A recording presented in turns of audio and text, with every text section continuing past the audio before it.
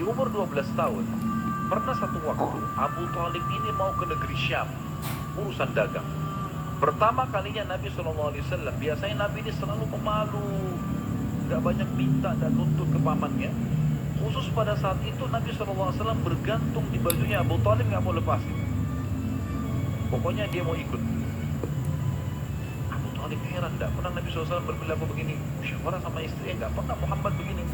Kenapa seperti ini? Pasti ada sesuatu gitu. Maka setelah musyawarah, kayaknya dibawa aja deh. Dibawalah ke negeri Syam.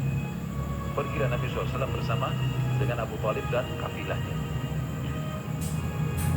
Pada saat mau tiba di negeri Syam, sebelum tiba di negeri Syam, kafilah ini melewati sebuah gereja, teman-teman sekalian, dan di situ ada satu pendeta bernama Bahira. Dan ini riwayat Bukhari Muslim menceritakan masalah itu ya. Dan sampai sekarang di negeri Syam masih ada puing-puingnya gerejanya Bahira ini. Pada saat itu di zaman Nabi SAW ada gereja ini, dan sampai sekarang masih ada sisa puingnya.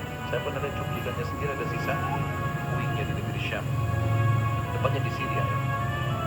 Kemudian teman-teman sekalian, pada saat melewati kafilah ini melewati gereja, si Bahira ini, kepala pendeta di gereja itu, memang lagi nunggu informasi tentang Nabi terakhir nih.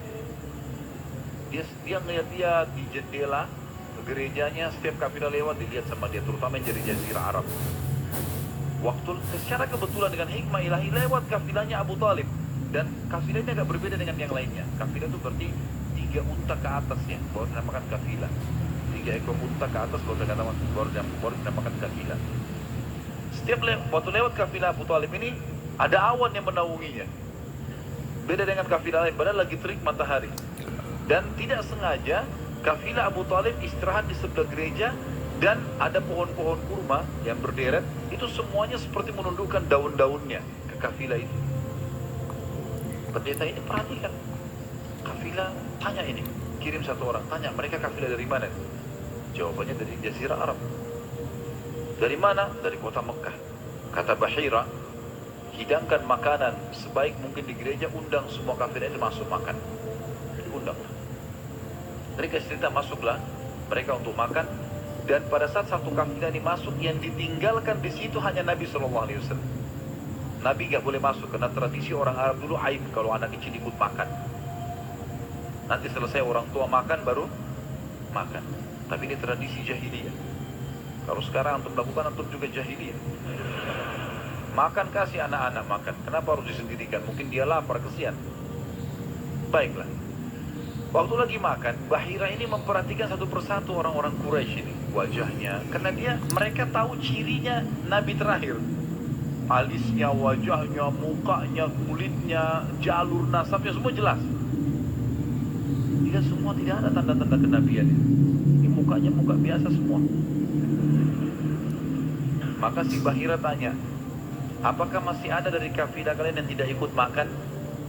Kata mereka, ada satu anak kecil di depan, kami suruh jaga barang kami. Kata Bahira, boleh saya ketemu? Oh silahkan. Mereka lagi asyik makan. Bahira keluar menemui Nabi SAW. Nabi lagi duduk di bawah pohon. Lalu Bahira memanggil, dia mengatakan, hai anak kecil, ikutlah dengan saya. Kafilahnya disuruh jaga oleh beberapa pegawainya Bahira ini. Masuk di satu ruangan di gereja.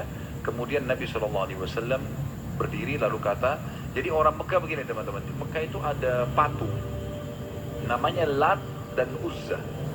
Lat dan Uzza ini 2 patung yang luar biasa dikultuskan di Mekah. Hebat patung ini menurut mereka. Jadi kalau bersumpah atas nama Lat dan Uzza sudah tidak mungkin berbohong. Kalau bohong kualat. Maka pendeta ini tahu Bahira, dia bilang, hai anak kecil, saya akan bertanya kepadamu atas nama Lat dan Uzza.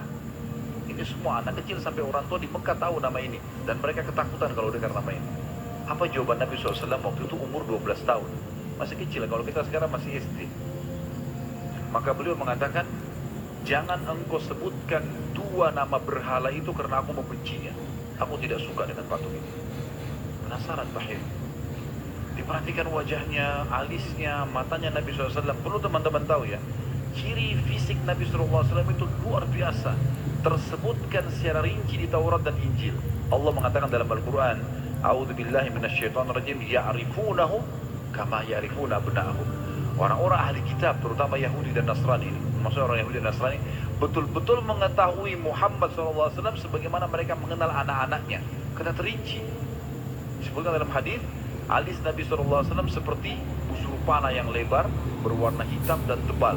Bola mata beliau SAW besar, kelopaknya dan dipenuhi dengan bulu mata yang lebat. Bola matanya putihnya putih bersih, hitamnya hitam pekat. Hidungnya yang mancung, bibir, dahi dan pipi yang setara dengan wajah, tidak oval dan juga tidak bulat, gitu kan. Kulitnya sangat putih sampai Nabi SAW